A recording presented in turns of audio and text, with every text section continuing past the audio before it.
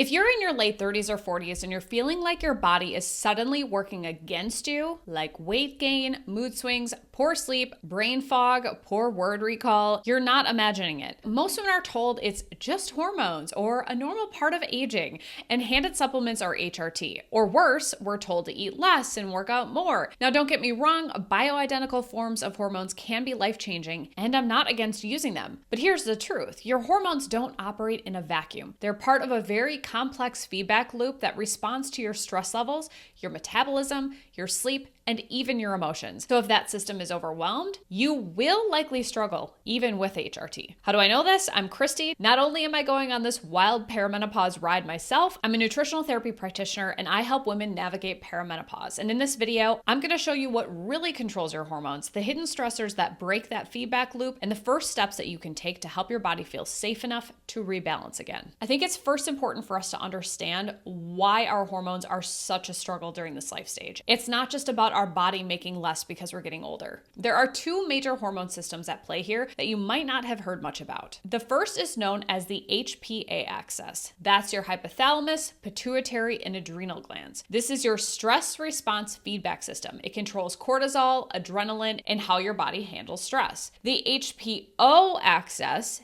is your hypothalamus, pituitary, and your ovaries. That is your reproductive system feedback loop. It controls your estrogen, your progesterone, your LH, and your FSH. And those last two are two very important hormones that help produce estrogen and progesterone. Now here's the key. When your HPA axis is triggered, so when your body perceives a stress, it shuts down or slows down or interrupts your HPO axis. It's like your brain saying, now is not a good time to make a baby. Let's conserve energy. And that makes sense, right? From a survival standpoint, your body's job is to protect you, not reproduce when you're under a threat. But the problem is that your brain really can't tell the difference between a life or death situation and skipping meals, or not sleeping, or a blood sugar crash, or rushing around all day, or having 47 tabs open in your brain. These chronic stressors start to disrupt the communication between your brain and your ovaries, which is a system that is already under strain because your ovaries aren't responding as reliably as they used to as they start to shut down with age. That reduced sensitivity throws off the whole feedback loop, which is why your hormone levels can feel like a total roller coaster. That's why in perimenopause, when your hormone production is already starting to fluctuate, your system becomes even more sensitive to stress. One small disruption can lead to a cascade of symptoms. So if you've been blaming just your estrogen or progesterone and wondering why your labs look normal but you still feel awful, this could be why. So here are the 5 most common types of stressors that I see in my practice that will disrupt those two hormone loops and lead to all sorts of lovely perimenopause symptoms like fatigue, weight gain, anxiety, night sweats, and more. The first is emotional or mental stress. High cortisol from chronic stress can impact ovulation, thus progesterone and estrogen. Even perceived stress, like pressure to be everything to everyone, can keep your system stuck in that fight or flight mode. And over time, even when your production ends up decreasing, your body can't produce enough cortisol to keep up with the stress, so then you end up with low cortisol. That can mean that your adrenals now are also under stressed and cannot keep up with the estrogen and progesterone production that they will be responsible for as the ovaries end up starting to shut down.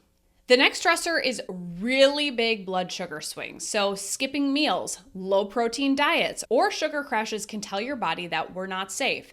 This increases that cortisol, which then again disrupts that feedback loop, which can slow down your sex hormone production. The next is inflammation and toxin exposure. Chronic inflammation can hijack that feedback loop and impairs your detox pathways for estrogen. So gut issues, processed foods, alcohols, plastics, toxins in our beauty, our hygiene, or our cleaning products can all create stress on the system. And the next is poor sleep. And this one's hard because a disrupted HPA axis can also make sleeping more difficult. So it's this really vicious cycle. Sleep deprivation increases your cortisol, which disrupts melatonin and messes with hormone signaling. Many women notice their symptoms get worse after just a few bad nights of sleep, or even one bad night of sleep. Hey, if this is helpful, I'd love it if you would like, subscribe, or share it with a friend. It helps other women find this type of content during this crazy ride of perimenopause. Thank you. And the next is undereating or overexercising. If you're not fueling your body properly or well, or constantly doing high intensity workouts, your brain thinks food is scarce.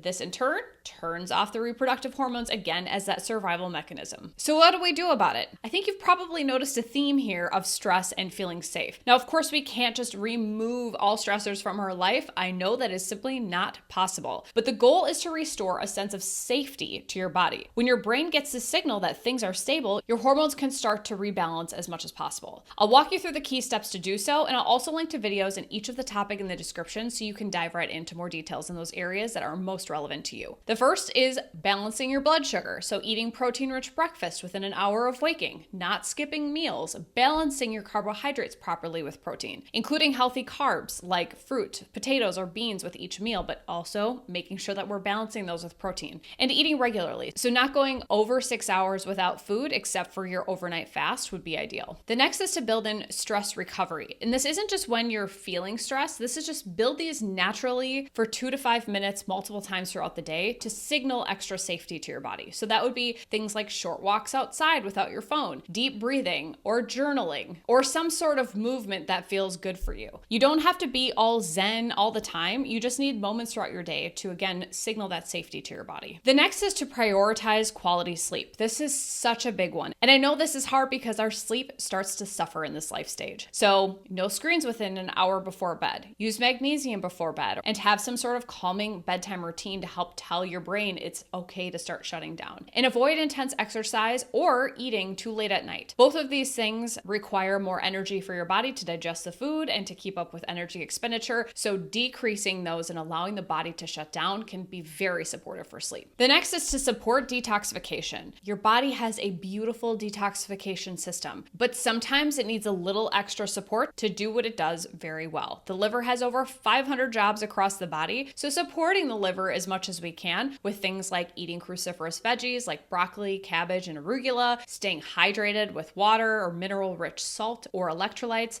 and reducing alcohol and endocrine-disrupting chemicals in beauty and cleaning and hygiene products can be really helpful to allow the liver to do its job when it comes to detoxification. And the last is to train smarter, not harder. I know that can be so hard when it feels like we're gaining weight. It feels like we have to push harder. But I'm telling you that focusing on strength training and building muscle, and then using walking as your recovery over endless hardcore cardio is so much more productive for your body. Movement should help build resilience. It should not break you down. So if you're struggling in perimenopause, this isn't just about fixing or replacing hormones, which I feel like is all the buzz these days. It's about changing the messages your body is getting so your brain feels safe enough to be able to rebalance and keep that HPO axis functionally as well as it can as long as possible. And that's what changes everything. I'll link to the videos in the description that dives deeper into each of the topics that we discussed here. But if you're needing a little bit of everything, watching my Perimenopause Playbook series is a really great place to start. I'll link to the first video here. All right, you've got this, and I'm here with you every step of the way. See you in the next one.